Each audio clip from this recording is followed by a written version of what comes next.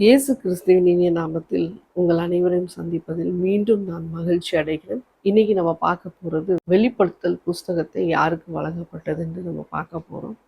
இங்க யோவானுக்கு தேவன் இந்த புஸ்தகத்தை கொடுத்தார். ஸோ இது கடைசி புஸ்தகம். வேதாகமத்தில் நம்ம பார்க்குற புஸ்தகத்துல கடைசி புஸ்தகம்.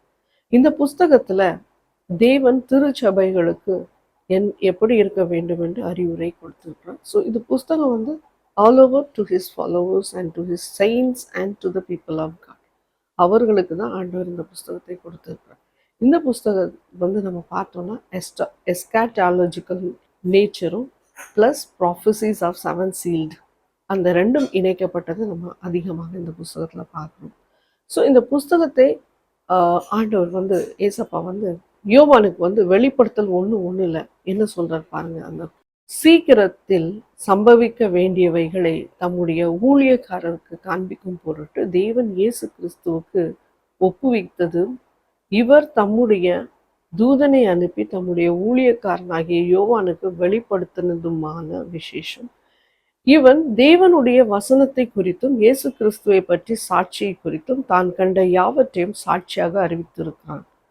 இந்த தீர்க்க தரிசன வசனங்களை வாசிக்கிறவன் கேட்கிறவர்களுக்கு இதில் எழுதியிருக்கிறவைகளை கை கொள்ளுகிறவர்களும் பாக்கியவான்கள், காலம் சமீபமாயிருக்கிறது. இந்த புஸ்தகம் யோவானுக்கு கொடுக்கப்பட்டது. அந்த புஸ்தகத்தை கொடுக்கும் பொழுது ஆண்டவர் என்ன சொல்றாருன்னா, இதுக்கு நீ சாட்சியாக இருக்கிற, ரைட் வாட் யூ see. நீ என்ன பார்த்த, நீ என்ன கேட்ட, நீ வாசிக்கிறதெல்லாம் எழுது. நீ பார்த்ததும் முன்பாக பார்த்ததும் எல்லாவற்றையும் சாட்சியாக சபைகளுக்கு எழுது என்று ஆண்டவர் சொல்றார். அதனால தான் ஏசப்பா இந்த தூதனை அனுப்பி அவருக்கு தெரியப்படுத்துகிறார். ஆனால் இந்த புஸ்தகத்தை எழுதுவதற்கு முன்பதாக யோவான் மிகவும் பாடுபட்டிருக்கிறார். ஸோ அவர் விதவுட் பர்சிக்யூஷன் நமக்கு வேத வார்த்தை கிடைக்காது. ஸோ கடந்து போகும் பொழுது தான் ஆண்டவர் இவருக்கு இந்த தீவில் இந்த வார்த்தைகளை அறிவிச்சிருக்காங்க. This is the final words to the church. நம்ம எவ்வளோதான் தீர்க்க தரிசனம், எவ்வளோதான் ப்ராஃபசிஸ் நம்ம எல்லாம் பார்த்தாலும் கூட கடைசி புஸ்தகம்னு சொன்னால் வெளிப்படுத்தும். ஸோ இந்த புஸ்தகத்தின் மூலமாக ஆண்டவர் நமக்கு நிறைய காரியங்களை அறிவிக்கிறார். ஆதியாகமம் தேவனுடைய படைப்பை குறித்து நமக்கு தெரிவிக்கிறது. அதுதான் முதல் புஸ்தகம். கடைசி புஸ்தகம் வெளிப்படுத்தல் தேவன் படைத்த படைப்பை முற்றிலும் ஒரு எண்டு, அதாவது முடிவுக்கு கொண்டு வருகிறது. அதுதான் நம்ம பார்க்குறோம் வெளிப்படுத்தல். ஸோ ஆண்டவர் எப்படி சிருஷ்டித்தார், எப்படி பூமி ஆரம்பமானது, அது நம்ம அழகாக பார்க்குறோம். பரலோகத்தையும் பூமியையும் மற்ற கிரகங்களையும் ஆண்டவர் எவ்விதமாக படைத்தார் என்று ஆதியாகவும் நமக்கு தெளிவாக தெரிவிக்கிறது போலவே அவர் எப்படி ஆரம்பித்தாரோ அதே போல முடிவுக்கு கொண்டு வருவதை நமக்கு வெளிப்படுத்தல் தெளிவாக தெரிவிக்கிறது. ஸோ இன்னைக்கு மக்கள் இந்த பேரழிவு, இந்த அழிவு, இந்த நம்ம இதுவரைக்கும் காணாத ஒரு காரியங்கள் எல்லாம் நம்ம பார்க்கும் பொழுது மக்களுக்குள்ளாக ஒரு பயம், பீதி. ஆனா ஆண்டவர் முன்குறித்து அவருடைய பிள்ளைகளுக்கு இதை கொடுத்து விட்டார். சபைக்கு மட்டும்தான் ஆண்டவர் கொடுத்து விட்டார். சபைக்கு நல்லா தெரியும். ஆனா இங்க நம்ம பார்க்கும்பொழுது இன்னைக்கு சயின்டிஸ்ட் அவங்கெல்லாம் இப்படியெல்லாம் நடக்குதுன்னு இப்போ அவங்க கண்கூடாக பார்க்குறாங்க. அவங்களும் ரிப்போர்ட்ஸ் எடுக்கிறாங்க. ஸோ ஆனா இந்த நேச்சுரல் டிசாஸ்டர் திடீர்னு வர்றத அவங்களும் சொல்றாங்க எந்த அளவுக்கு முன்னாடி இல்லையோ அந்த அளவுக்கு வரப்போற காலத்துல அழிவுகள் நடக்கணும் அவங்களுக்கும் தெரிய வருது. But they are known only about the disaster. So அழிவை குறித்து அவங்களுக்கும் தெரிய வருது. இயேசு கிறிஸ்துவின் வருகை குறித்து புதிய ஏற்பாட்டில் 318 முறை வரைக்கும் நம்ம பார்க்கலாம். Is coming back, is coming soon, is coming quickly. இதுதான் ஆண்டவருடைய செய்தி. நமக்கு அவர் சீக்கிரம் தான் வரப்போறார். ஆனால் நம்மகிட்ட என்ன எதிர்பார்க்குறோம் அது ரொம்ப முக்கியம். ஸோ ஆண்டவர் நம்மகிட்ட எதிர்பார்க்கறது என்னன்னா நம்ம அதுக்காக ஆயத்தத்துடனே இருக்கணும்.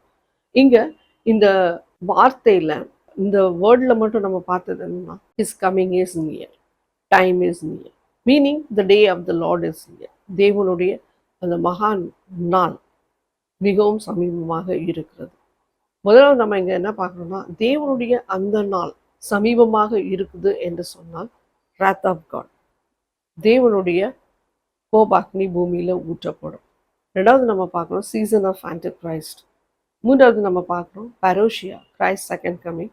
ஸோ பரோஷியான்னு நம்ம சொல்லும் பொழுது இந்த கிரீக் டேர்மில் Christ coming at the end of ஹிஸ்ட்ரின்னு சொல்லப்பட்டிருக்குது. நாலாவது நம்ம பார்க்கும் பொழுது தேவனுடைய வெள்ள சிங்காசனத்தின் நியாயத்தீர்ப்பு.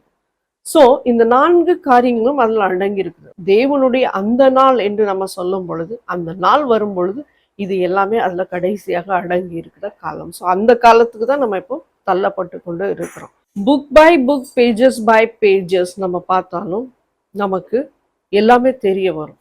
ஆனால் நம்ம ஏசப்பா வருகை வந்த பிறகு நம்ம பார்க்கிறோம் என்னன்னா, நம்ம ஆண்டவர் சமூகத்தில் வந்து we are exposed to life. ஆண்டவருக்கு ஒவ்வொரு காரியமும் தெரியும். நமக்குள்ள மறைமுகமான எல்லா காரியமும் வெளிச்சத்துக்கு வந்துடும்.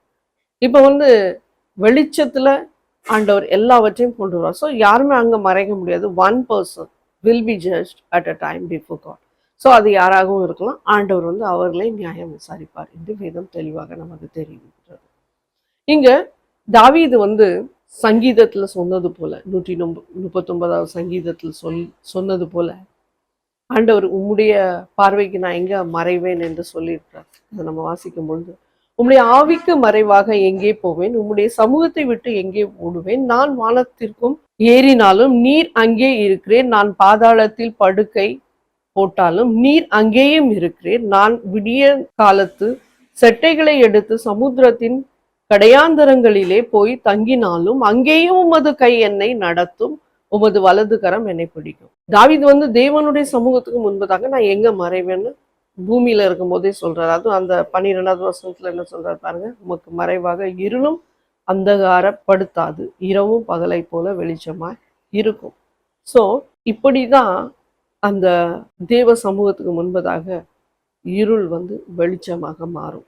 அதாவது நம்ம அவருடைய நியாயத்தீர்ப்புக்கு முன்பதாக நிற்கும் பொழுது நம்முடைய கிரியைகள் எல்லாம் வெட்ட வெளிச்சமாக வரப்போகிறது. ஸோ ஆண்டவர் என்ன விரும்புகிறாருன்னா, நம்ம பாவமெல்லாம் மன்னிக்கப்பட்டு நம்ம புது சிருஷ்டியாக மாற்றப்படும் பொழுது நம்ம பாவம் அனைத்தும் கழுவப்பட்டோன்னா ஆண்டோடைய புஸ்தகத்தில் தேடினா கூட அந்த பாவம் இருக்காது. அதுக்காக தான் அவர் டைம் கொடுக்குறார். பாவம் மன்னிக்கப்பட்டு கழுவப்பட்டு பசுத்தப்படுத்தப்பட்டாதான் நம்ம பரலோக ராஜ்யத்துக்கு பிரவேசிக்க முடியும். இல்லாவிட்டால் நம்ம போக இயலாது. ஆண்டவருடைய சமூகத்துக்கு முன்பதாக நம்ம பாவத்தை என்ன பண்ண முடியாது, மறைக்க முடியாது. நம்ம தேவ சமூகத்துக்கு முன்பதாக எக்ஸ்போஸ் ஆகும். ஆண்டவர் எல்லாவற்றையும் அறிந்து கொள்வார். இப்போ ஃபார் எக்ஸாம்பிள் நம்ம லைட்டை வந்து சுவிட்ச் ஆஃப் பண்ணியாச்சுன்னா இருட்டில் நமக்கு ஒன்றுமே தெரியாது. ராத்திரியில் நம்ம லைட் ஆஃப் பண்ணிட்டா ஒன்றுமே தெரியாது. இஃப் யூ சுவிட்ச் ஆன் த லைட், நமக்கு ஒவ்வொரு பொருள் எங்கே இருக்குன்னு நமக்கு தெரியும். அதே போல தான் நம்ம பாவம், நமக்குள்ள இருக்கிற பாவம் வெளிச்சத்தில் நம்ம போகும் பொழுது, அதாவது தேவ குமாரனுக்கு முன்பதாக நம்ம நிற்கும் பொழுது அந்த பாவம் ஆண்டவருக்கு தெளிவாக தெரியும். ஒன்றுமே மறைக்கப்பட முடியாது. அதை குறித்து தான் ஆண்டவர் நமக்கு தெளிவாக சொல்லியிருக்கிறார். ஸோ இங்க நம்ம பார்க்குறோம் யோவான் 8:12 ஆண்டவர் சொல்றாரு, I am the light of the world, he who follows me shall not walk in darkness. நான் உலகத்துக்கு வெளிச்சமாய் இருக்கிறேன், என்னை பின்பற்றுகிறவன் இருளில் நடவாமல் வெளிச்சத்தில் நடப்பான் என்று இந்த வார்த்தை தெரிவிக்கிறது. இந்த 8:12 வார்த்தை சொல்வதற்கு முன்பதாக ஏசப்பா வந்து ஒரு ஒலிவ மறையில போய் மலைக்கு மேலே ஏறி போயிட்டு கீழே வர்றாரு. வரும்பொழுது அவர் டெம்பிள்ல பிரவேசிக்கிறாரு, ஆலயத்துல பிரவேசிக்கிறாரு. அங்க பிரவேசிக்கும் பொழுது அங்க ஒரு ஸ்திரீ வந்து பாவத்துல பிடிபடுகிறான். அவள் பாவம் செய்யும் பொழுது பிடிபட்ட உடனே அவளை எல்லாரும் கூட்டிகிட்டு வந்து அவளை சொல்றாங்க, கல்லை தூக்கிக்கிட்டு வந்து நிற்கிறாங்க. இந்த ஸ்திரீயை வந்து கல்லை தூக்கிக்கிட்டு நிற்கிறாங்க. அதை கூட்டிகிட்டு வந்தவங்களே பரிசேயர்களும் ஸ்கிரைப்ஸும். ஸோ கூட்டிகிட்டு வந்து என்ன சொல்கிறாங்கன்னா, இந்த ஸ்திரீயை கல் எடுத்து எரியறதுக்கு நிற்கிறாங்க. ஏன்னா இவ பாவம் செய்யும் பொழுது பிடிபட்டாள். பழைய ஏற்பாட்டு காலத்தின் பிரகாரமாக ஒருத்தர் பாவம் செய்யும் பொழுது அது தெரிய வந்ததுன்னா அவர்களை கல்லெடுத்து எரிய வேண்டும் என்று தான் வேதம் தெரிவிக்கிறது. ஸோ அதான் அவங்க பின்பற்றினதுனால அந்த ஸ்திரீக்கு கல் எடுத்து எரிய வந்தாங்க. ஆனால் ஏசப்பா தரையில் பார்த்து எழுதி கொண்டு சொன்னார், உங்களில் பாவம் செய்யாதவர்கள் இவள் மீது கல் எடுத்து எரிய கடவன் என்று சொல்றாரு. அப்போ எல்லாம் வெக்கப்பட்டு கல்லை கீழே போட்டு போனாங்க. ஏன்னா எல்லாம் பாவிகள் நின்று கொண்டிருந்தவங்க, எல்லாமே பாவம் செய்து கொண்டிருந்தாங்க. ஸோ ஆண்டவருக்கு தெரியும் யார் பாவி யார் பாவி இல்லைன்னா. அதை இது கொண்டு வந்தது 2 group of people. There are 2 sects of people in Jerusalem. One is Pharisee and other one is scribes. So இந்த 2 பேர் தான் கொண்டு வந்தாங்க. பரிசேயரும் இந்த ஸ்கிரைப்ஸும் கொண்டு வந்தாங்க. ஏன்னா பரிசேயர் நீங்க பார்த்தீங்கன்னா இவங்க வந்து செக்ஸ் பிலீவிங் இன் த ரிலீஜியஸ் கண்டக்ட், ட்ரெடிஷ்னலாக இவங்க ஃபாலோ பண்ணவங்க. இவங்க வந்து ஏசப்பாவை மேசியா என்று ஏற்றுக்கொள்ளவில்லை, ரிஜெக்ட் பண்ணாங்க. அடுத்தபடியாக நம்ம பார்க்கும் பொழுது இவர்கள் வந்து ரிச்சுவல் ப்ரோசஸில் இவங்க ஃபாலோ பண்ணிட்டு இருந்தாங்க இந்த பரிசேயர்கள். இங்கே வந்து இந்த பரிசேயர்கள் வந்து என்ன பண்ணுவாங்கன்னா இவங்க வந்து லீகல் ட்ரெடிஷனை ஃபாலோ பண்ணாங்க. அதுவும் இல்லாமல் இவங்க ரிசரக்ஷனை பிலீவ் பண்ண ஒரு கூட்டம். ஏன்னா அதே இது நீங்கள் சாதுசீஸை பார்த்தீங்கன்னா they won't be believing in that. அடுத்தபடியாக நம்ம என்ன பார்க்கணும்னா இந்த ஸ்கிரைப்ஸ்ன்னு சொல்லப்படுறவங்க வந்து இந்த லாவை வந்து கரெக்டாக ஃபாலோ பண்ணாங்க. அவங்களுக்கு சட்டம் எல்லாம் கரெக்டாக தெரியும். அதுதான் இங்கே நம்ம பார்க்குறோம். ஒரு மேரேஜோ ஒரு டிவோர்ஸோ ஒரு மார்ட்கேஜோ ஒரு லோனோ ஏதாவது ஒன்றுன்னா அதுக்கு ஏற்றபடி அவங்க அந்த என்ன சொல்லுவாங்கன்னா அந்த லீகல் டாக்குமெண்ட்ஸ் அவங்க ப்ரொடியூஸ் பண்ணுவாங்க. ஸோ இதுதான் இவங்க வேலையாக இருந்தது. இங்கே பாரிசியை வந்து நம்ம பார்த்தோம்னா இவங்க வந்து ஸ்மால் லேண்ட் ஓனர்ஸாகவும் ட்ரேடர்ஸாகவும் இருந்தாங்க, நாட் அ ப்ரொஃபஷனல் ஸ்கிரைப்ஸ். இப்போ ஏசப்பாவுக்கு மெயின் எதிரி நம்ம பார்த்தோம்னா இவங்க தான். இந்த மார்க் என்ன சொல்றாருன்னா அவருடைய பெர்ஸ்பெக்டிவ் என்ன பாயிண்ட் ஆஃப் வியூ என்னன்னா பரிசேயர்களை சொல்லல, இவங்க ஸ்கிரைப்ஸை பற்றி சொல்கிறாங்க. கலிலியில் ஏசப்பாவுக்கு விரோதமாக நின்றவங்க இவங்கன்னு மார்க்கும் லூக்கும் வந்து பாரிசியை பற்றி கொஞ்சம் சொல்லியிருக்கிறாங்க. பாரிசியை பற்றி சொல்லலை, பட் மத்தேயு வந்து பாரிசியை பற்றி சொல்லியிருக்காங்க. மத்தேயு 27:62. இங்கே நம்ம பார்க்கும் பொழுது இவங்க வந்து ஸ்கிரைப்ஸ் வந்து லாவை அழகாக எழுதக்கூடியவங்க. இவங்க பேர் வந்து ரைட்டர்ஸ். ஏன்னா இவங்க பேரே வந்து ஹீப்ரூல வந்து சொஃபேரம். சொஃபேரம்னா இவங்க வந்து ஒரு ஜூவிஷ் பர்டிகுலராக ஒரு லீடர்ஸ். இவங்க வந்து எக்ஸைல்ல இருந்து, அதாவது அந்த 70 AD டைட்டஸ் காலத்தில் இவங்க வந்து ஜூவிஷ் ஸ்டேட்டை இழந்தாங்க. அந்த காலகட்டம் வரைக்கும் இந்த ஸ்கிரைப்ஸ் வந்து அங்கே தென்பற்றார்கள். ஏசப்பா காலத்தில் தான் இவங்க இருந்திருக்கிறாங்க இந்த ஸ்கிரைப்ஸ்ன்னு சொல்கிறவங்க. ஸோ இவங்களும் பரிசேயர்களும் ஏசப்பாவுக்கு விரோதமாக எழும்புனாங்க. ஒரு ஊழியம்னு இருந்தால் நமக்கு ஒரு எதிர்ப்பு இருக்கும், ஒரு விரோதங்கள் இருக்கும். ஊழியத்துக்கு விரோதமாக பேசுகிறவங்க நிறைய எழும்புவாங்க. தேவ பிள்ளைகளுக்கு விரோதமாக எழும்பக்கூடிய ஜனங்கள் அதிகமாக தென்படக்கூடும். ஏன்னா அப்போ தான் ஆண்டவருடைய அந்த பரலோக ராஜ்யத்துக்கு நம்ம போகணும்னா விலக்கரையும் பூமியில் செலுத்தி ஆகணும். ஸோ இப்படிப்பட்ட சாத்தானால தூண்டி வைக்கப்பட்ட ஆவிகளை நம்ம நிறைய பார்க்கலாம். தேவ பிள்ளைகளுக்கு விரோதமாக எழும்பி பேசுறது. ஆண்டவர் எல்லாவற்றையும் வெளிச்சத்துக்கு கொண்டு வரக்கூடிய காலமும் உண்டு. ஸோ பயப்பட வேண்டாம். ஆனால் இங்கே இருள் வெளிச்சம், இருள்னு நம்ம சொன்னால் பாவத்தை குறிக்கிறது, வெளிச்சம்னு சொன்னால் லைஃப், எட்டர்னல் லைஃப். ஸோ அந்த வெளிச்சத்துக்கு தான் நம்ம போகணும்னு ஆண்டவர் விரும்புகிறார். ஏன்னா Jesus himself is set that he is a light. தேவன் வெளிச்சமாக இருக்கிறார். ஸோ அதனால தான் நம்ம தேவனுடைய பிள்ளைகளாக நம்ம இருக்கிறோம். எட்டர்னல் லைஃப், எட்டர்னிட்டிக்கு நம்ம போக போகிறோம். ஆண்டவர் நமக்கு நித்திய ஜீவனை கொடுக்க விரும்புறதுனால தான் ஆண்டவர் அதை நமக்கு வைத்திருக்கார். Okay, day of Lord is nearing. தேவனுடைய நாள், அந்த மகா நாள் நெருங்கி கொண்டே வருகிறது. அதுக்கு அர்த்தம் என்னன்னா visitation of the Lord is near. ஏசப்பா முதல் விசிட்டேஷன் நமக்கு கொடுத்தார். அது நம்ம பார்க்குறோம். மத்தேயு, மார்க், லூக்கு நமக்கு தெரிவிக்கிறது 2000 ஆண்டுகளுக்கு முன்பதாக ஏசப்பா இந்த பூமியில் வந்தார். So first visitation was to bring the gospel to save us. Salvation நமக்கு கொடுப்பதற்காக, நமக்கு ரட்சிப்பை கொடுப்பதற்காக, மீட்பு கொடுப்பதற்காக குமாரன் அனுப்பப்பட்டார். Second visitation will be of judgment. So அந்த ஜட்ஜ்மெண்ட்லேருந்து நம்ம யாருமே மீட்கப்பட முடியாது. செகண்ட் கம்மிங் வந்துட்டுனா no time at all for repentance. அதுக்கும் ஆண்டவர் ஊமைகளை நிறைய தெரிவிச்சிருக்காரு. ஸோ அந்த ஊமைகள் எதுக்குன்னா அவர் எல்லாரும் நினைப்பாங்க தூங்கிடுவாங்க. அந்த நம்ம பார்க்குறோம் அந்த கன்னிகைகள். ஸோ 5 பேர் புத்திசாலி, 5 பேர் முட்டாள். ஸோ இந்த முட்டாள்கள் தூங்கிக்கிட்டு இருப்பாங்கன்னா பாவத்திலே இருந்துக்கிட்டு இருப்பாங்க. நினைப்பாங்க நாளைக்கு நான் மனம் மாறுவேன், நான் மறுநாள் மனம் மாறுவேன், அப்புறமா எனக்கு டைம் கிடைக்கும் போது வயதான பிறகு நான் மனம் மாறுவேன். டைமே கிடைக்கலன்னா என்ன பண்ணுவாங்க, ஏசப்பா வருகை வந்துடுச்சுன்னா நமக்கு பரலோகத்தில் பிரவேசிக்க இடம் கிடைக்காது. ஸோ அதற்கு முன்பதாக நம்ம என்ன பண்ணணும்னா we have to watch and pray. So அதுதான் ஆண்டவர் நமக்கு எச்சரிப்பு கொடுக்குறார்.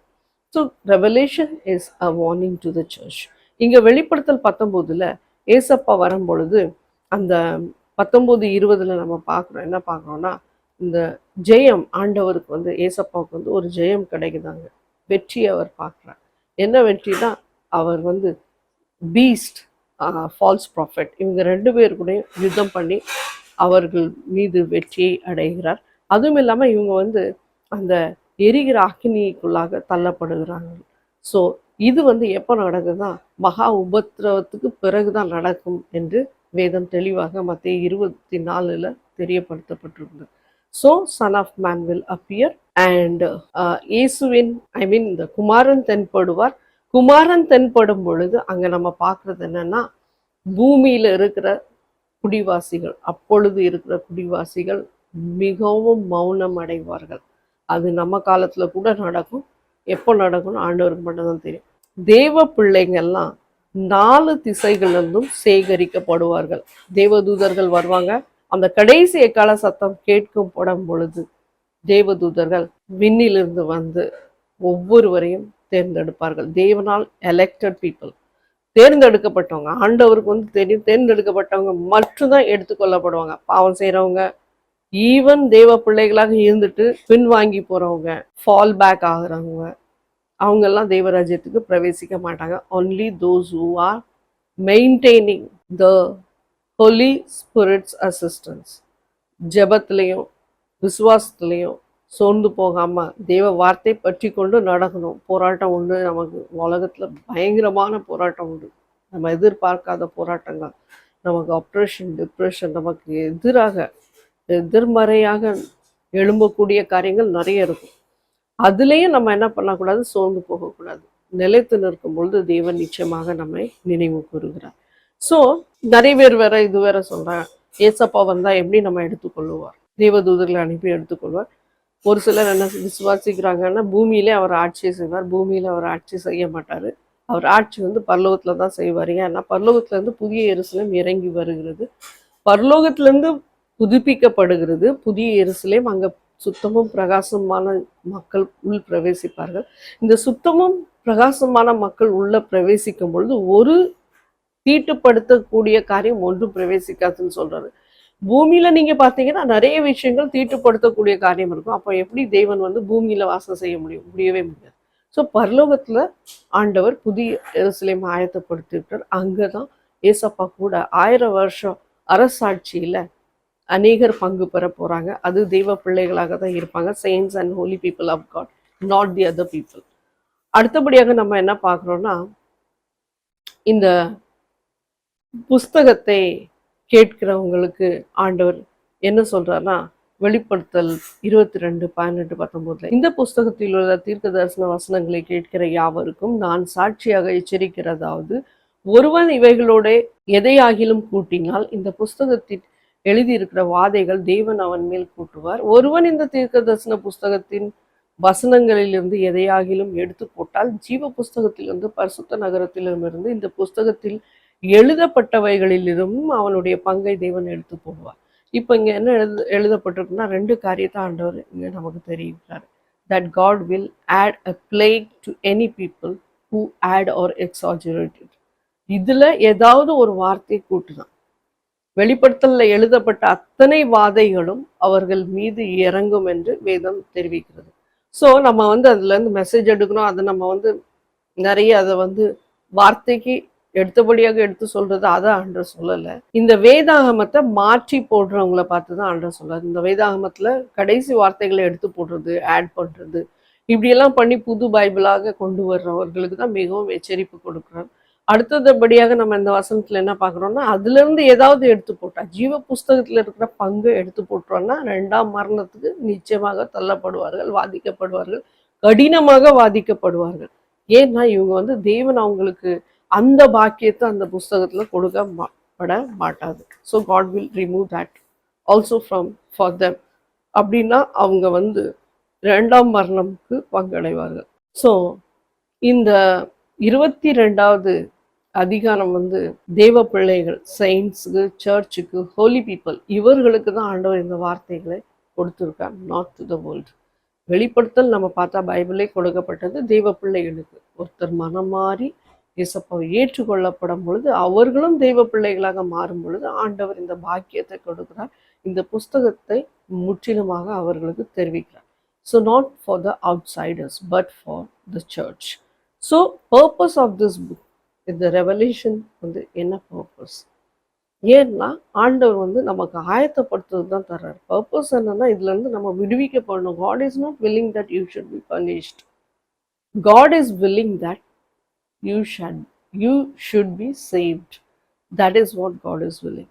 ஆண்டவர் என்ன விரும்புகிறாருன்னா நம்ம அதுலேருந்து விடுவிக்கப்படணும். நம்ம அந்த என்ன சொல்றதுன்னா நம்ம அந்த நியாய தீர்ப்பில் பங்கு எடுக்கக்கூடாது. நியாய தீர்ப்புலேருந்து விடுவிக்கப்படணும். நியாய தீர்ப்புக்கு போனாலே 2ஆம் மரணத்துக்கு பாதிக்கப்படாதபடிக்கு நம்மை காப்பதற்கு தான் இயேசு கிறிஸ்துவே ஃபர்ஸ்ட் விசிட்டேஷனில் அனுப்புனார். இன்னும் அது நடந்துக்கிட்டு தான் இருக்குது. செகண்ட் விசிட்டேஷன் வரைக்கும் இந்த first visitation it is still going on. ஏன்னா நமக்கு வந்து ஆண்டவர் நேரத்தை கொடுக்குறார், காலத்தை கொடுக்குறார், டைமை கொடுக்குறார். மனம் திரும்புவதற்கு நேரம் காலம் எல்லாம் ஆண்டவர் நமக்கு தர்றார். வெளிப்படுத்தல் 16:14 நம்ம பார்க்கும் பொழுது அவைகள் அற்புதங்கள் செய்கிற இந்த பிசாசுகள் எல்லாம், பிசாசு வந்து தேவ பிள்ளைகளுக்கு விரோதமாக கூட்டத்தை ஆயத்தப்படுத்தி கொண்டு இருக்கிறான். கடைசி காலத்துல வருகைக்கு முன்பதாக தேவனுக்கு விரோதமாக எழும்புகிற ஒரு கூட்டத்தை அவன் ஆயத்தப்படுத்துவான். அந்த கூட்டத்தை நம்ம என்ன பார்க்கணும்னா, அதுதான் பிசாசு வந்து எல்லாரையும் வந்து கேதர் பண்றதுக்காக, தேவனுடன் யுத்தம் பண்ணுவதற்கு கேதர் பண்ணுவதற்காக பிசாசானான் போகிறான். இங்க வெளிப்படுத்தல் 16:14 அவைகள் அற்புதங்களை செய்கிற பிசாசுகளின் ஆவிகள், அவைகள் பூலோகம் எங்கும் உள்ள ராஜாக்களை சர்வ வல்லமையுள்ள தேவனுடைய மகா நாளில் நடக்கும் யுத்தத்திற்கு கூட்டி சேர்க்கும்படிக்கு புறப்பட்டு போகிறது. இப்ப நான் சொன்னல அந்த தேவனுடைய மகா நாள், அதான் the great day of the almighty God.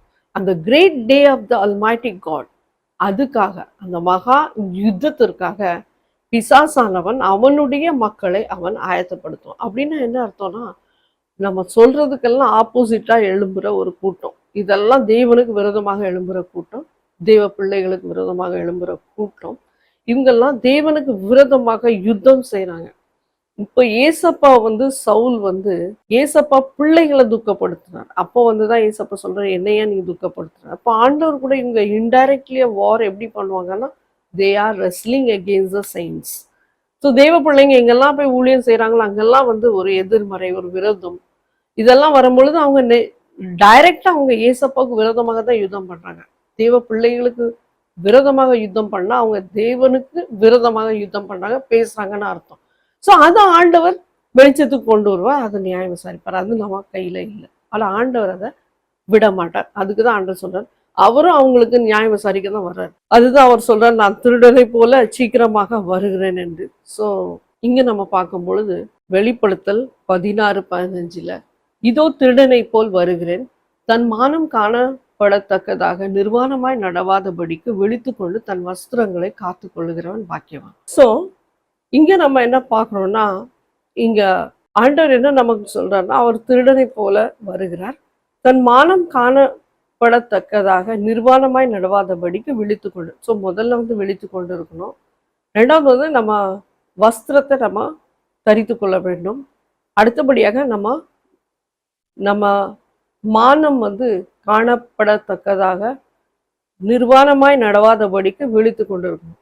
So 3 காரியங்கள் நம்ம பார்க்கணும். ஒன்று விழித்து கொண்டு இருக்கணும், ரெண்டாவது வந்து நம்ம கார்மெண்ட்ஸ் இருக்கணும், நம்ம வஸ்திரம் இருக்கணும், மூன்றாவது வந்து நம்ம நிர்வாணமா இருக்கக்கூடாது.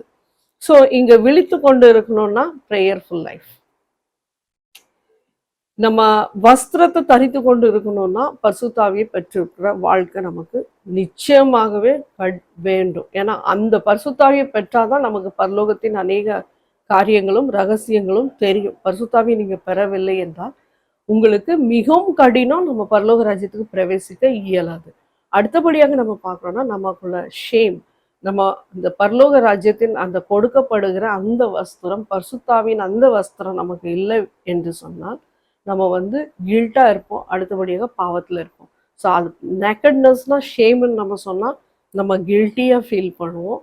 நெக்கட்னஸ் நம்ம சொன்னா நமக்கு வஸ்திரம் இல்லை என்று சொன்னால் நம்ம வந்து தெய்வ சமூகத்துக்கு முன்பதாக பாவியாக நிற்கிறதுக்கு ஸ்பிரிச்சுவல் மீனிங், பாவமாக நம்ம நிற்கிறதுக்கு தான் அதுக்கு அர்த்தம்.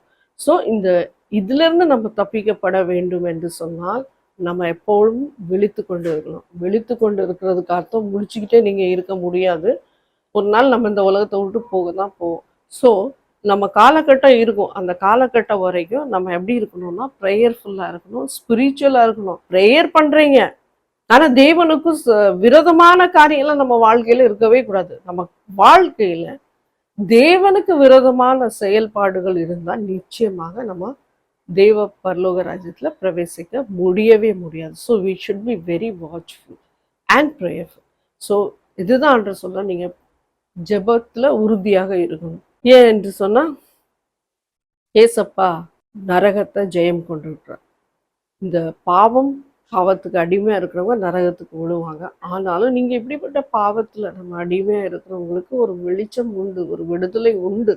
எப்போவுமே பாவம் செய்து கொண்டு இருக்கிறாங்கன்னா அவங்களுக்கு ஒரு வெளிச்சம் இல்லை, விடுதலை இல்லைன்னு கிடையாது. ஸோ உங்களுக்கு ஒரு நல்ல நாட்களை ஆண்டவர் ஆயத்தப்படுத்திடுறார். இங்கே நம்ம பார்க்கும் பொழுது ஏசப்பா இந்த பாவத்தை ஜெயம் கொண்டு விட்டுறார். அதை தான் நம்ம பார்க்குறோம். இந்த நரகம்னு சொன்னாலே நிறைய பேருக்கு பயம். ஆனால் ஏசப்பா அதனுடைய அந்த திறவுகோல் அவருடைய கையில் இருக்குது. அதான் வெளிப்படுத்தல் 1:18 நம்ம பார்க்குறோம். Jesus has the key of death and Hades. அதுதான் நம்ம பார்க்குறோம். I am who lives and was dead, behold I am alive for evermore, amen, and I have the keys of Hades and death. மரித்தேன், ஆனாலும் இதோ சதா காலங்களிலும் உயிரோடு இருக்கிறேன், ஆமென். நான் மரணத்திற்கும் பாதாளத்திற்கும் உரிய திறவுகோள்களை உடையவனாய் இருக்கிறேன். மரணத்துக்கும் பாதாளத்துக்கும் உள்ள திறவுகோல் அவர் கையில் இருக்குது. மரித்தேன், ஆனாலும் ஏதோ சதா காலங்களில் உயிர்த்திருக்கிறேன் அப்படின்னு சொல்றார். So he was dead on the Calvary of கிராஸில் போய் சிலுவையில் அறையப்பட்டு 3ஆம் நாளில் உயிர் தெழுந்து சாத்தான்ட்டு ஜெயம் பெற்றுட்டார். அப்போதான் நமக்கு ஒரு இடம் அங்கே கிடைக்குது. சாத்தான் தோற்கடிக்கப்பட்டவன், அவன் எல்லாவற்றையும் இழந்து போயிட்டான். எப்போ ஏசப்பா சிலுவையில் ப்ரைஸ் பே பண்ணியிருந்தாரோ அப்போ நம்ம பயப்பட வேண்டிய அவசியமே இல்லை. நம்ம பார்க்குற உலகத்தில் உள்ள அநேக தீட்டான ஒரு காரியங்கள், அதாவது black magic, the dark life, dark side of a வேர்ல்டை நம்ம பார்த்தோன்னா பிளாக் மேஜிக், மந்திரம், மாந்திரீகம், இதெல்லாம் செய்து கொண்டே இருக்கிற ஒரு கூட்டத்தை நீங்கள் பார்த்து கொண்டு இருக்கிறீங்க. இந்த கூட்டத்தையே ஆண்டவர் ஜெயம் பெற்றிருக்கிறார். ஸோ நீங்கள் வீட்டில் யாருக்கோ சேவனை பண்ணிட்டாங்க, உங்களுக்கு இருக்கும் ஒரு பிரச்சனை தொடர்ந்து உங்களுக்கு. நான் சொல்கிறேன், நீங்கள் எப்படி தெரிஞ்சுக்கொள்ளணும், உங்களுக்கு யாராவது மந்திரம் செய்திருக்கிறாங்க. மாந்திரிகமும் a part of a work of devil. ஏன்னா இந்த மந்திரத்தினால அவங்க எல்லாமே சாதிக்க முடியும்.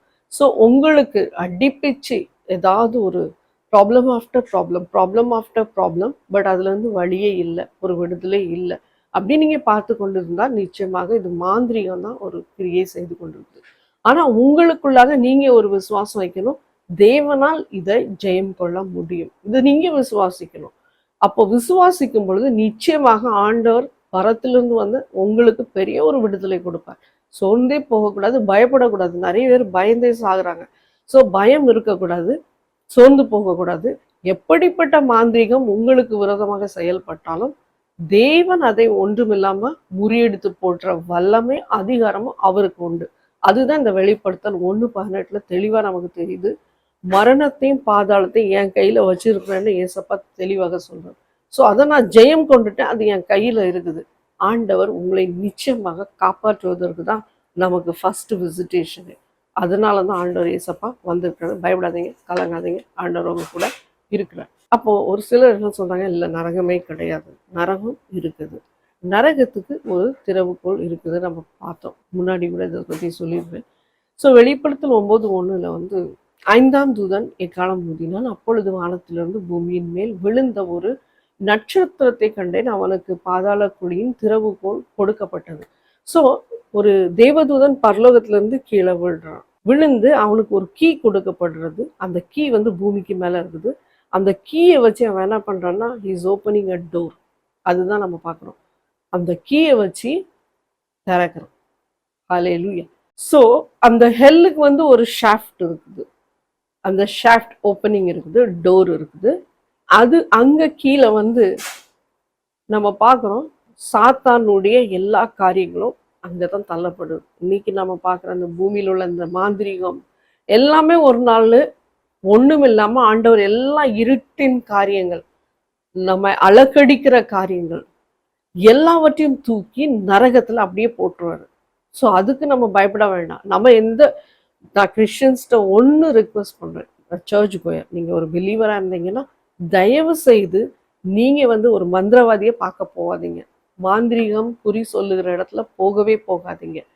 ஏன்னா அங்க செயல்படுகிற ஆவி கிட்ட போய் நீங்க கேட்டீங்கன்னா, நீங்க அதுல கொஸ்டின் நீங்க அங்க போய் மந்திரவாதி கிட்ட கேட்டீங்கன்னா அந்த நிமிஷமே நீங்க மந்திரவாதத்திற்கு விற்கப்படுகிறவர்களாக இருக்கிறீங்க.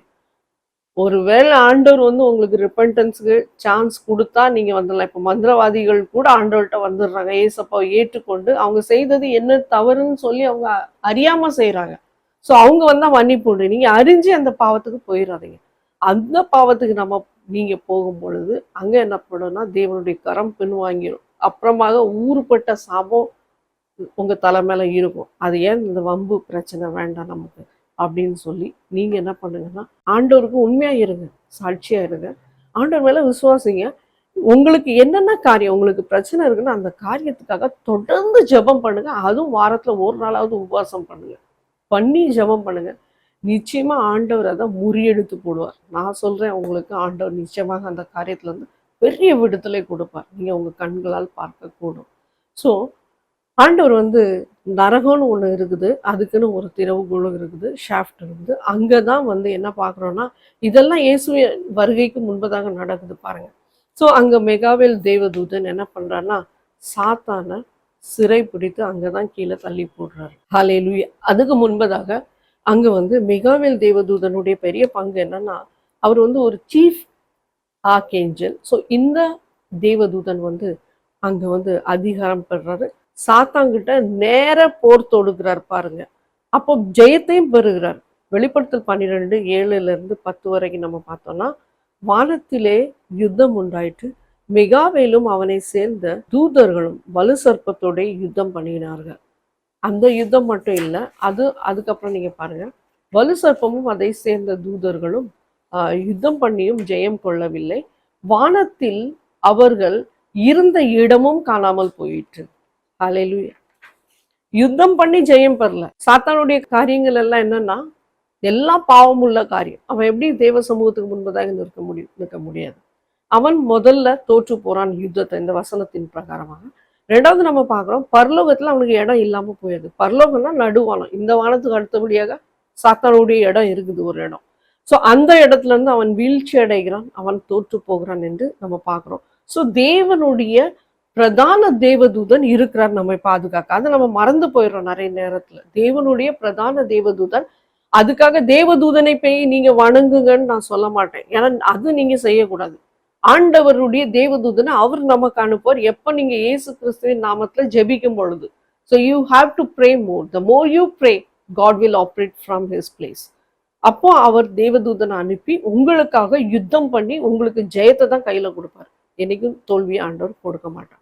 ஸோ இங்கே நம்ம பார்க்குறோம் சாத்தானுடைய வீழ்ச்சியை நம்ம பார்க்குறோம். அதுவும் இல்லாமல் வெளிப்படுத்தல் 20:1 நம்ம பார்க்கும் பொழுது பாதாளத்தின் திறவுகோலை வைத்து அந்த திறவுகோலை திறந்து சாத்தானை பவுண்ட் பண்ணி அவனுக்கு சங்கிலியால கெட்டி போட்டு, பிசாசை கெட்டி போட்டு அவனை நரகத்துக்கு தள்ளுற அதிகாரம் இந்த மிகாவேல் தேவதூதனுக்கு ஆண்டவர் கொடுக்குறார். ஸோ இந்த தூதன் பாதாளத்தில் உள்ள திறவுகோலை பெரிய சங்கிலியும் தன் கையிலே பிடித்து கொண்டு வானத்திலிருந்து இறங்கி வர கண்டேன் என்று யோவான் சொல்றார்.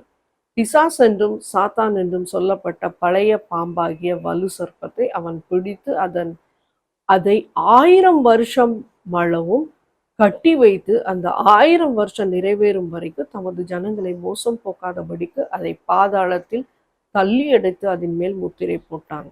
ஹல்லேலூயா. ஸோ வலு சர்ப்பத்தை உள்ள பிடிச்சு போடுற அதிகாரம் இருக்குது. அதுல முத்திரை போட்டா அந்த பிசாசு வெளியே வர முடியாது. ஸோ இதெல்லாம் பவர் ஆண்டவர்கிட்ட இருக்குது, வல்லமை இருக்குது. தேவனிடத்துல வல்லமை இருந்தாதான் பிசாசின் கிரியைகள் எல்லாம் சபைக்குள்ள வந்துச்சுன்னா நிற்க முடியாது, அது வெளியே ஓடிடும்.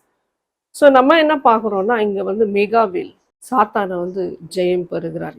வெளிப்படுத்தல்ல நம்ம என்ன பார்க்குறோம்னா இந்த சாத்தானை ஜெயம் பெறுகிறார். அதை தான் நம்ம இங்க பார்க்குறோம். ஆனாலும் இந்த வலு சர்ப்பம் கிரியை நீங்க என்ன பார்க்குறோம்னா நம்ம இங்க வலு சர்ப்பத்துக்குள்ள கிரியை என்னன்னா அது எவ்வளவுதான் வெளியே வந்தாலும் தேவனுக்கு விரோதமாக தான் ஆட்களை கூட்டி கொண்டு வர்றது. ஆட்களை வந்து கலெக்ட் பண்ணி கேதர் பண்ணி தேவனுக்கு விரோதமாக யுத்தம் பண்ற வேலை தான் இந்த சாத்தானுக்கு. அது நம்ம வெளிப்படுத்தல் 20ல் 7லேருந்து 9லையும் பார்த்தாலும் தெரியும். வெளியே வந்தா கூட மறுபடியும் அது யுத்தத்துக்கு தான் போகுது. ஸோ இந்த சபைக்கு இதை குறித்து நீ எழுதுன்னு தான் ஆண்டவர் சொல்றாரு. ஸோ இங்கே நம்ம பார்க்கும் பொழுது யோவானுக்கு இந்த இவெண்ட் ஆண்டவர் எழுதுறதுக்கு கொடுத்துருக்கிறார். அதுதான் சொல்றாரு வெளிப்படுத்தல் 1:19, write the things which you have seen and the things which are and the things which will take place after this. அதுதான் ஆண்டவர் சொல்றாரு. நீ கண்டவைகளையும் இருக்கிறவைகளையும் இவைகளுக்கு பின்பு சம்பவிப்பவைகளையும் எழுது. நீ என்ன பார்த்த, நீ என்ன பார்த்து கொண்டு இருக்கிற, என்ன வரப்போகிற காலத்துல என்ன நடக்க போகுது, இதை குறித்து நீ தெளிவாக எழுதுன்னு யோவானுக்கு ஆண்டவர் சொல்லியிருக்கிறார். அதனாலதான் உடனே யோவான் வந்து வெளிப்படுத்தல் 1:19, அதனால யோவான் வந்து சபைகளுக்கு எழுதுறார். இந்த 7 முத்திரிக்கப்பட்ட சபைகளுக்கு தேவ வார்த்தை நம்ம பார்க்குறோம். அது ஏசப்பாவில் மட்டும்தான் அந்த சபைகளுக்கு இதை தெரியப்படுத்த முடியும். ஸோ அவர் வந்து அந்த முத்திரைகள் எல்லாம் உடைத்து நம்ம பார்க்குறோம் 7 seals are opened. ஸோ இதெல்லாம் ஆண்டவர் தெரியப்படுத்துகிறார் அவருடைய சபைகளுக்கு. இப்போ இந்த சபைகளுக்கு ஏன் தெரிவிக்கிறார்னா, சபை வந்து ட்ராபேக்கை சந்திக்குது. இந்த 7 சபைகளை நம்ம பார்க்கும்போது it is just an example to the church which belongs to Jesus Christ. இந்த 7 சபைகளுக்கு ஒரு ட்ராபேக்ஸ் இருக்குது. இந்த ட்ராபேக்ஸை கரெக்ட் பண்ணுவதற்கு ஆண்டவர் டைமை கொடுக்குறாங்க. நீங்கள் எந்த சபைக்கு போனாலும் எப்படி போனாலும் நீங்கள் வந்து உங்கள் இருதயம் கழுவப்பட்டிருக்குதா, நீங்கள் பரிசுத்தமாக மாற்றப்பட்டிருக்கீங்களா, பாவத்தை உணர்ந்துருக்கீங்களா, பாவத்திலேருந்து விடுதலை பெற்றிருக்கிறீங்களா, அதுதான் ரொம்ப இம்பார்ட்டன்ட். பாவத்திலே இருந்துக்கிட்டு நம்ம சபைக்கு போனால் ஒரு பிரச்சனை கிடையாது. நம்ம அதுலேருந்து விடுவிக்கப்பட வேண்டும். அதுலேருந்து விடுவிக்கப்பட்டு ஏசப்பாவை சொந்த இரட்சகராக ஏற்றுக்கொண்டு புதிய வாழ்க்கைக்கு நீங்கள் வரும் பொழுது நிச்சயமாக பரலோக ராஜ்யத்தில் உங்கள் பெயர் கூட எழுதப்படும். அதுதான் ஆண்டவர் வந்து அதுக்காக தான் இவ்வளோ வெயிட் பண்ணுறார் ஆண்டவர். a waiting season, a season of revival, a season of a move of a God on earth. Why? Because God wants all the people to turn away from backsliding toward him. அது ஆண்டவர் மிகவும் எதிர்பார்க்குறார்.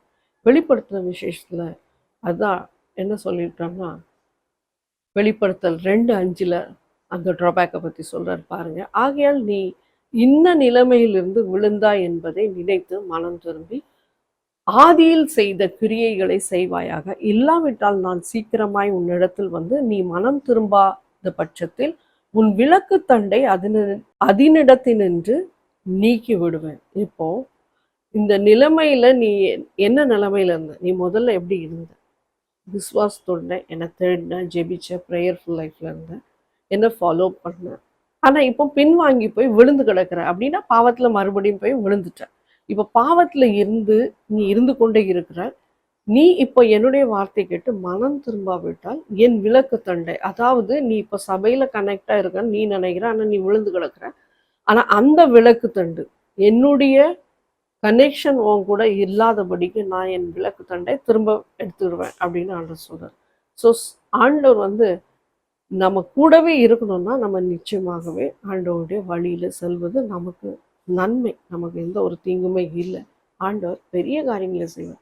மனம் திரும்புறது பெரிய கடினமான காரியம் இல்லை, ஒரு மிகவும் எளிதான காரியம். நம்ம பாவத்தை குறித்து நம்ம உணர்ந்துட்டாலே ஏசப்பா அந்த நிமிஷமே இறங்கி நமக்காக செயல்படுவார். அதுதான் சொல்றார், நீங்கள் மனம் திரும்புங்கன்னு சபைகளுக்கு இது தெளிவாக தெரிவிக்கிறார். ஸோ ஆண்டவர் நமக்கு கடைசியாக சொல்ற வார்த்தை என்னன்னா, நீங்கள் மனம் திரும்புவதை நான் விரும்புகிறேன். நீங்கள் எல்லாரும் மனம் திரும்புங்க, செய்த பாவத்தை விட்டு என்னை ஏற்றுக்கொள்ளுங்க சொந்த ரட்சகராக. So that you will not see any discouragement because of your shame. உங்கள் பாவத்தை குறித்து நீங்கள் வெட்கப்பட்டு போகாதபடிக்கு நீங்கள் விழித்திருந்து ஜெபிக்கணும், ஆண்டோடைய பிள்ளைகளாக மாறணும். ஆண்டவர் விரும்புகிறத நீங்கள் செய்யும் பொழுது நிச்சயமாக ஆண்டவர் அவர் ஒரு நன்மை உங்களுக்கு குறைவாக வைக்க மாட்டார். பரலோக ராஜ்யத்துக்கு வரும் பொழுது அவர் எல்லாவற்றையும் நினைவு கொண்டு உங்களுக்கு பெரிய பொக்கிஷத்தை வைத்திருப்பார். கடைசியாக நான் உங்களுக்காக ஜெபிக்க போகிறேன். என் கூட சேர்ந்து நீங்களும் ஜெபத்தில் இருங்க. அப்பா தகப்பன ஆண்டவரே, இதை பார்த்து கொண்டு இருக்கிற யாவருக்காகவும் நான் ஜெபிக்கிறேன். தகப்பன ஆண்டவரே, அப்பா நீர் கொடுத்த வார்த்தை நல்ல வார்த்தை தகப்பன ஆண்டவரே. அப்பா இந்த சத்தியங்களை எங்களுக்கு விளங்க செய்யுங்க ஆண்டவரே. எங்க காலகட்டத்தில் உள்ள பிள்ளைகளுக்காக நீர் ஆயத்தப்படுத்தி இருக்கிறதுனால உமக்கு கொடான கொடி ஸ்தோத்திரம். அப்பா தகப்பன் ஆண்டவரே, ஒவ்வொருவரையும் நீர் தொடுவீராக பரிசுத்தப்படுத்தும். அப்பா தகப்பன் ஆண்டவரே, ஒவ்வொருவரும் தேர்ந்தெடுக்கப்பட்ட பிள்ளைங்க யாருடைய ஆத்மாவும் நரகத்துல தள்ளப்படாதபடிக்கு நீர் விரும்புகிறீர் ஆண்டவரே. அவர்களை ஆயத்தப்படுத்துகிறீர் தகப்பனே. உம்முடைய பிள்ளைகள் உம்முடைய பக்கத்துல இருக்கணும். உம்முடைய ஆண்டவரே, உம்முடைய சகல நன்மைகளும் ஆசீர்வாதங்களும் இழந்து போகாதபடிக்கு நீர் அவர்களுக்கு கிருபை வைத்திருக்கிறீங்க. அது அவர்கள் அறிய நீர் உதவி செய்யுங்க. பாவத்திலிருந்து விடுதலை பெற முடியவில்லை என்று தவித்து கொண்டிருக்கிற பிரதர்ஸ் சிஸ்டர்ஸ், சிறு பிள்ளைகள், அவர்களுக்காக ஜெபிக்கிறேன் தகப்பனே. ஒரு பெரிய விடுதலை, இந்த போராட்டத்தில் இந்த விடுதலை நீர் கொடுக்கும்படியாக ஜெபிக்கிறேன். அவர்களுக்கு சகல நன்மைகளும் கொடுப்பீராக ஆண்டவரே. அப்பா அந்த இடத்துல இறங்கி நீர் அப்பா இறங்கி அவர்களுக்கு ஆண்டவரே அந்த பாவத்திலிருந்து விடுதலை கொடுங்க. அது மட்டுமல்ல தகப்பன ஆண்டவரே, இந்த மாந்திரிகத்தால மிகவும் சூழப்பட்ட நிலைமையில அதனால் பாதிக்கப்பட்டவர்களுக்காக ஜெபிக்கிறேன். அந்த மந்திரத்துல அவர்கள் போகாதபடிக்கு, மாந்திரிகத்தில் இடைப்படாதபடிக்கு உம்முடைய சபையை நீர் பாதுகாக்கும்படியாக ஜெபிக்கிறேன். பாவத்தை உணர்கிறவர்கள் அந்த பாவத்துல விழுந்தாலும் கூட அவர்களை சுத்திகரித்து மறுபடியும் அவங்க செய்ததை செய்யாதபடிக்கு அவர்களுக்கு விடுதலை கொடுங்க. மாந்திரிகத்துல சிக்கி தவிக்கிறவர்களுக்காக ஜெபிக்கிறேன். அப்பா தேவதூதனை அனுப்பி உம்மால உடைக்க முடியாத காரியம் எதுவுமே கிடையாது. அந்த மந்திரத்தை உடைத்து போடுங்க. குடும்பங்களுக்கு விடுதலை கிடைக்கட்டும், சமாதானம் கிடைக்கட்டும். தேவனுடைய அந்த அந்த ப்ரொடெக்ஷன், அந்த டிஃபென்ஸ் அவர்களுக்கு கிடைக்கட்டும் ஆண்டவர். ஒரு பாதுகாப்பு போடுங்க. அவங்க வீட்டை சுற்றி வேலி அடைத்து பாதுகாப்பு போடுங்க. அக்னியின் வேலியை பாதுகாப்பாக போடுங்க ஆண்டவர். So that no one can deceive them. அவங்க எல்லாருக்கும் ஒரு விழிப்புணர்வு கொடுங்க. எஸ்பெஷலி சபை பார்த்து கொண்டு இருக்கிற சபைக்கு ஒரு விழிப்புணர்வை கொடுங்க. அப்பா தகப்பனே, உங்களுடைய ஆணி பாய்ந்த கரம் அவர்கள் மீது தங்கியிருக்கட்டும். அவங்க குடும்பத்தை பாதுகாப்பாக வைங்க. ஒவ்வொருவரையும் ஆசீர்வதிங்க, பலப்படுத்துங்க, விடுதலை கொடுங்க. இயேசுவின் நாமத்தில் ஜெபிக்கிறேன் நல்ல பிதாவே, ஆமென். கர்த்தர் உங்களை ஆசீர்வதிப்பாராக. God bless you.